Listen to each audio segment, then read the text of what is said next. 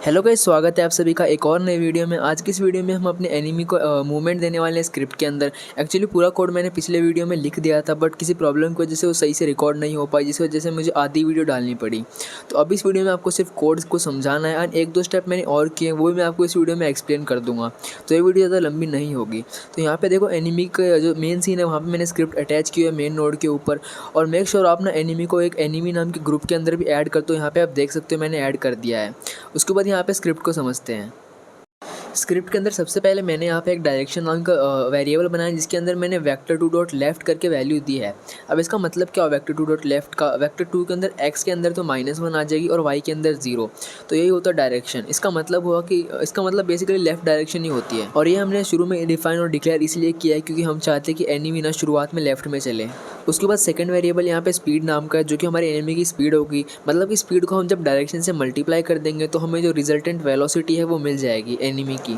For example, अगर मैं अभी डायरेक्शन और स्पीड को मल्टीप्लाई करूँ तो डायरेक्शन की वैल्यू एक्स में तो -1 हो जाएगी, वाई में 0 हो जाएगी। तो जब एक्स से मल्टीप्लाई होगी तो -100 और वाई में 0।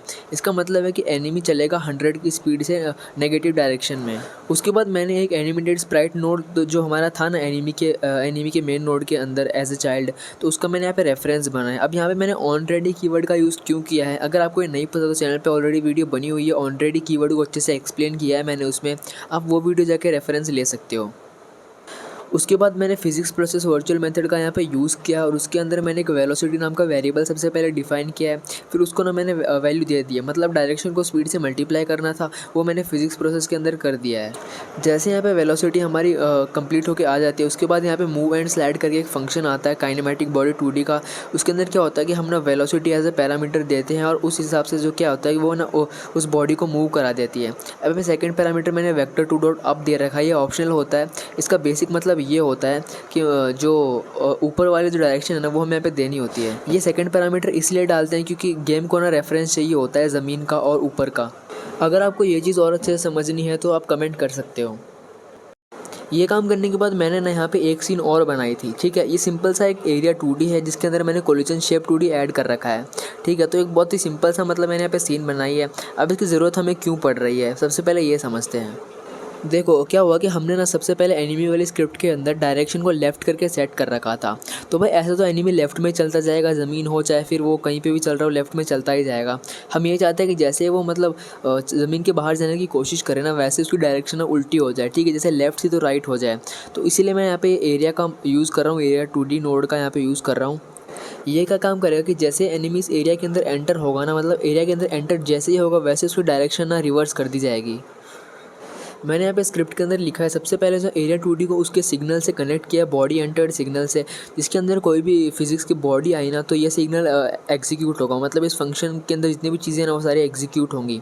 अब मैं बॉडी क्या है हमारा एनिमी, इसके लिए मैंने ना एक इफ स्टेटमेंट लगाया कि अगर बॉडी एनिमी हुआ, जिसके लिए मैंने यहाँ पे लिखा है body dot is in group. अब इज़ इन ग्रुप एक इनबिल्ट फंक्शन है जो कि चेक करता है कि बॉडी ना इस ग्रुप के अंदर आती है कि नहीं। इसी यही कारण है कि हमने ना एनिमी को एनिमी नाम के ग्रुप के अंदर ऐड किया था। उसके बाद अगर ये कंडीशन ट्रू हो जाती है तो हम क्या चाहते हैं कि जो बॉडी की डायरेक्शन है ना, मतलब एनिमी की जो डायरेक्शन है ना वो रिवर्स हो जाए। इसलिए मैंने body dot direction is equal to minus body dot direction किया है। उसके बाद हम ये चाहते हैं कि भाई जो स्प्राइट है ना वो भी घूम जाए, क्योंकि उससे तो सिर्फ ना एनिमी की मूवमेंट ही ऑपोजिट होगी, मतलब डायरेक्शन ही चेंज होगी। एक्चुअल में जो स्प्राइट की ओरिएंटेशन है ना वो ऐसे ही रहेगी, तो उसको भी हम चेंज करना चाहते हैं। इसलिए मैंने फ्लिप एच को भी ना उल्टा कर दिया है। इसके लिए मैंने यहाँ पे नॉट ऑपरेटर का यूज़ किया है। अब गाइस यहाँ तक हमारा मोटा मोटा काम हो गया है। अब मैप के अंदर आके मैंने क्या किया, सिंपली ना एक एनिमी कंटेनर नाम का नोड 2D ऐड किया, जिसके अंदर में बेसिकली सारे एनिमी के हम ना इंस्टेंसेस यहाँ पे रख सकते हैं एज ए चाइल्ड।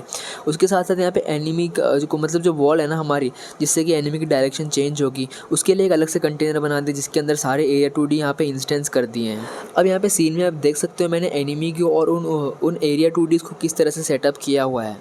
अब चलो हम सीन को रन करते हैं और देखते हैं कि ये चीज़ एक्चुअल में वर्क करती है कि नहीं।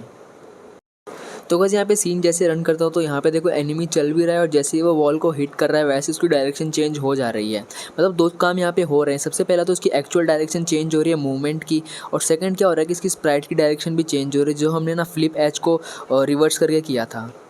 तो यहाँ पर जो हमारा प्लेयर और एनिमी है ना, ये दोनों सॉलिड बॉडीज़ है, इसीलिए एक दूसरे से कोलाइड कर रही है। बस यही काम करना था इस वीडियो में। अगर आपको इस वीडियो में कुछ भी समझ में ना आया हो तो आप कमेंट कर देना, मैं उसका रिप्लाई देने की पूरी कोशिश करूँगा। एंड अगर आपको वीडियो पसंद आए तो एक लाइक भी कर दो, चैनल को सब्सक्राइब कर लो और ट्यूटोरियल्स के लिए। मिलते हैं नेक्स्ट वीडियो में, बाय।